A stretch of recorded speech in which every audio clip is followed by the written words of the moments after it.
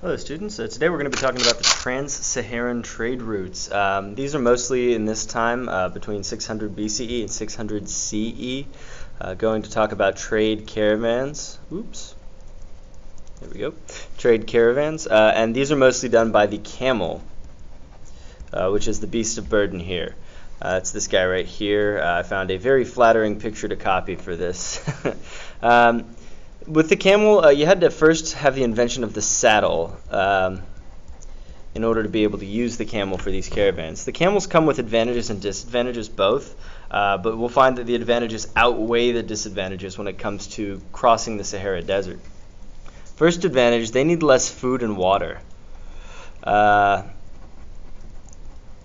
than horses, which is very important, especially whenever you're dealing with a desert region. That's kind of one of the reasons they were mostly selected. They're also selected because they're better to have in sandstorms.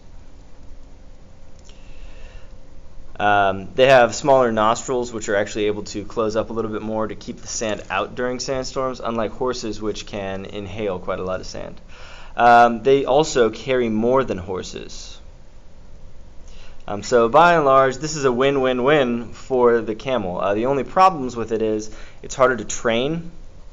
They are stubborn and they do not like to be trained very easily. It's also harder to mount. You actually need to get the camel to kneel down because it's too tall to mount standing up.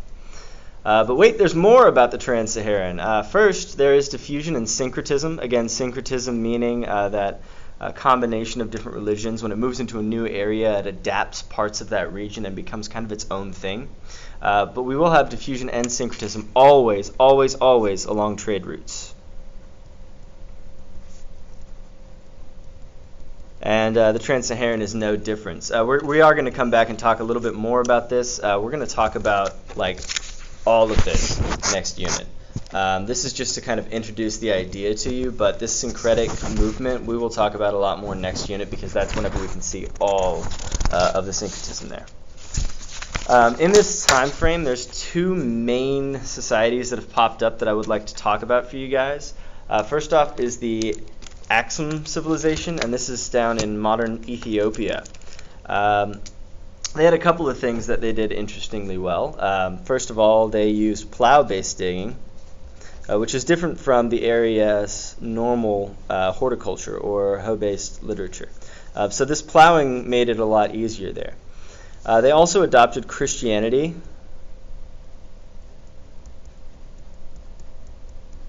At the same time as the Romans did. That's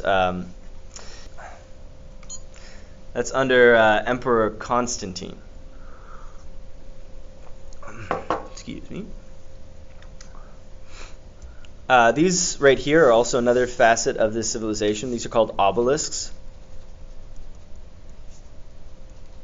And most likely they were royal tomb markers or royal grave markers.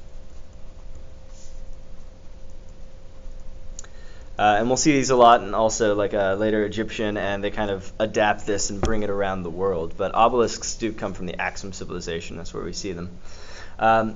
They did also engage in quite a lot of trade during this time.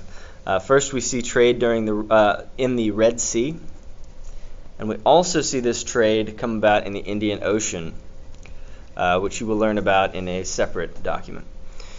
This is because of Roman demand for Indian goods. So these goods, that would be pearls and pepper above all. In addition, they had goods from African mainland. Oops. We had some goods from the African mainland. The ones that I want you to see here are the hide, animal hides. We have ivory, rhino tusks, slaves, tortoise shells,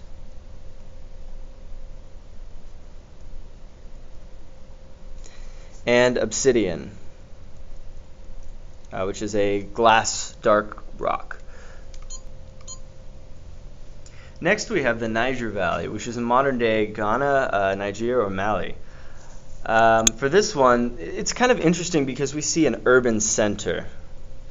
And that urban center is at Genègeno, sorry.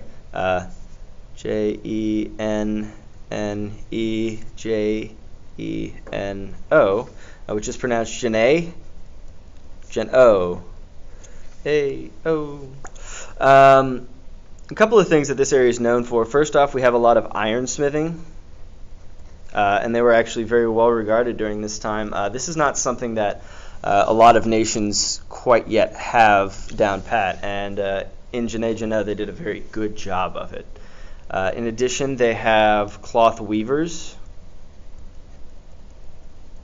potters, and leather workers. And these are all goods that are going to be traded around. And if you'll notice, a lot of this is focusing on goods that are traded. This is happening across the Trans-Saharan trade network, which again, were mostly comprised of those camel caravans during this time. And we will come back to this a lot as we get into this next unit, because this trade network becomes more and more important. You'll notice, though, that Genègeno over here in Niger Valley and Axum over here. Axum actually expands and becomes the third biggest empire of this time. We've got Rome, Persia, and then Axum, and that's coming from the Romans. Nubia and Egypt are still players here. We have Alexandria and Egypt here, Nubia down here. And you'll notice that the inner trading between the Saharan region, there are a couple of main routes that we're going to follow. All of those diffuse mainland African goods as well as goods traded to Africa from other areas. And along with every other trade route, they will diffuse those religions that we talked about. So by and large, this is all you really need to kind of focus on for the Trans-Saharan trade networks during this time, but we will focus a lot more on these come next unit.